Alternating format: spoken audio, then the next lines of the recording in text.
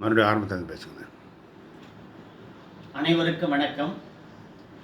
மதுரை நகரத்தார் சங்கத்தினுடைய தலைவர் பாகனேரி ஆரம் வைரவன் அவர்கள் பேசுகின்றேன்.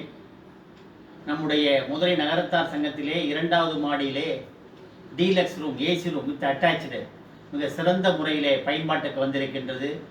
நகரத்தார் மக்கள் எல்லாம் மதுரைக்கு வருகின்றவர்கள் நம்முடைய விடுதியை பயன்படுத்த வேண்டும். அந்த ரூமிலே உங்களுக்கு என்னென்ன தேவையோ அனைத்தையுமே அந்த ரூமிலே நாங்கள் செய்திருக்கின்றோம். இப்பொழுது ஸ்மார்ட் டிவி எல்லாம் பொருத்தி இருக்கின்றோம். மதுரை வருகின்றவர்கள் தயவு கூர்ந்து ஹோட்டலில் தங்காதீர்கள், நம் விடுதிக்கு வாருங்கள். விடுதிக்கு வரும்பொழுது உங்களுடைய வெஹிக்கிளை நிப்பாட்டுவதற்கு நம்முடைய விடுதியினுடைய பின்புறம் மீனாட்சி பார்க்கிங்களை நிறுத்திவிட்டு அங்கிருந்து நடையாக நம்முடைய சத்திரத்துக்கு வந்து விடலாம். 2வது மாடி, முதல் மாடியிலே ஏசி ரூம் இருக்கிறது. கீழே வந்து தங்கலாம். அங்கேயும் வந்து பாய் தலகாணி இருக்கிறது. ஏசி எடுத்தீங்கன்னா 700 ரூபாய் டீலக்ஸ் ரூமு. நான் ஏசி எடுத்தால் 200 ரூபாய் தான். கீழே பாய் தலகாணி வைத்து படுத்தால் மகமை 20 ரூபாய். லாக்கர் எடுத்துக்கொள்ள வேண்டும். இதற்கு நம்ம விடுதியினுடைய ஃபோன் நம்பரை சொல்லுகிறேன், குறித்து கொள்ளுங்கள்.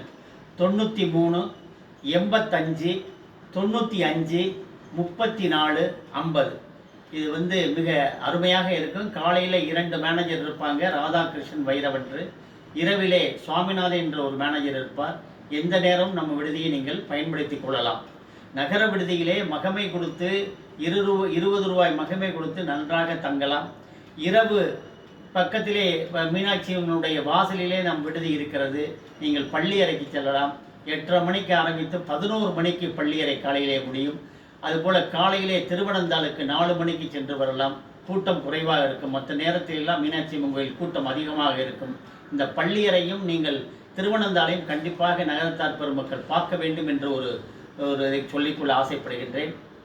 அதே போல் நம்முடைய மதுரை நகரத்தார் சங்கம் நம் மாணவர்களுக்காக IAS, IPS, IFS, IRS coaching centre ஆரம்பிக்கின்றோம்.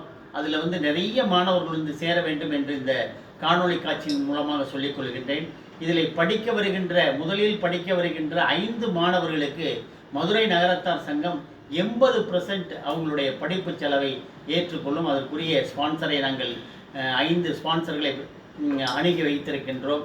அந்த மேட்ரு பூரா எங்களுடைய செயலாளர் சோமசுந்தரம் அவர்கள் வாட்ஸ்அப் மூலமாக உங்களுக்கு அனுப்புவார்கள். அதுபோல் உயர்கல்விக்கு ஊக்கத்தொகை வருகின்ற செப்டம்பர் 7ஆம் தேதி அந்த மிக பிரமாண்டமான ஒரு மீட்டிங் இருக்கிறது. அதிலே நம்முடைய சேகர் வீரப்பன் சார் அவர்கள், அமெரிக்காவில் இருக்கிற சேகர் வீரப்பன் சார்கள் தான் ஒருங்கிணைப்பாளர். அவங்களுடைய வழிகாட்டலின் பேர் தான் இது நடக்கிறது. 51 பேருக்கு போன ஆண்டு 51 பேருக்கு 10,000 வீதம் கொடுத்தோம். அவர்கள் பழவாங்குடியைச் சேர்ந்தவர்கள். இந்த ஆண்டும் வருகின்ற செப்டம்பர் 7ஆம் தேதி அவர்கள் வருகிறார்கள். மிக பிரமாண்டமாக அதை அரேஞ்ச் பண்ணியிருக்கோம். அதுபோல் நம்முடைய உறுப்பினர் பிள்ளைகள் +2 படிக்கிறவங்களுக்கு 2000 ரூபாய் அனைவருக்கும் கொடுத்து வருகிறோம். அதேபோல் எதவாக உள்ள நகரத்தார் பெருமக்கள் உறுப்பினர்களுக்கு மதுரை நகரத்தார் சங்கம் பென்ஷன் கொடுத்து 2 ஆண்டுகளாக கொடுத்து வருகிறது. முதியோர்களை பொறுத்தளவுக்கு முதியோர்களை நலன் பாதுகாக்க வேண்டும் என்பது மதுரை நகரத்தார் சங்கம் எடுத்திருக்கின்றது. அதுபோல் திருமண சேவை, நிறைய திருமணங்கள் மதுரையிலே நம்முடைய விடுதியிலே முடிந்திருக்கின்றது. உறுப்பினர் பிள்ளைகளுக்கு 1st, 2nd, 3rd வருபவர்களுக்கு கேஷ் அவார்டு கொடுத்து சிறப்பு செய்து வருகின்றோம். மதுரை சங்கத்திலே மிக முக்கியமாக சொல்ல வேண்டுமென்றால் வேலை வாய்ப்பு, உள்நாட்டிலும் வெளிநாட்டிலும் வேலை வாங்கி கொடுத்திருக்கின்றோம். இப்பொழுது யாரும் படித்துவிட்டு இருந்தால் அதனுடைய அப்ளிகேஷன் நம்மளுடைய மதுரை நகர விடுதிக்கு கொடுங்கள் என்று சொல்கின்றோம். அதே போல் தியாகராஜா கல்வி குழுமத்திலே மதுரை நகரத்தார் சங்கம் 2 ஆண்டுகளாக BE சீட்டு 2, BCom சீட்டு 2 வாங்கி நம்முடைய நகரத்தார் பெருமக்களுக்கு கொடுத்து பயன்பட்டிருக்கின்றார்கள். அதே போல் மிகப்பெரிய லெவலிலே நம்மளுடைய B3 போலீஸ் ஸ்டேஷன் நீண்ட நெடுநாட்களாக பேச்சுவார்த்தையிலே இருந்தது. இந்த நிர்வாகம் கோர்ட்டை அணுகி மகத்தான தீர்ப்பை வாங்கியுள்ளோம் என்று கூறிக்கொள்ள ஆசைப்படுகின்றேன். மதுரைக்கு வருகின்ற பெருமக்கள் கண்டிப்பாக நம் மதுரை விடுதியை பயன்படுத்திக் கொள்ள வேண்டும் என்று கூறி விடைகின்றேன். நன்றி, வணக்கம்.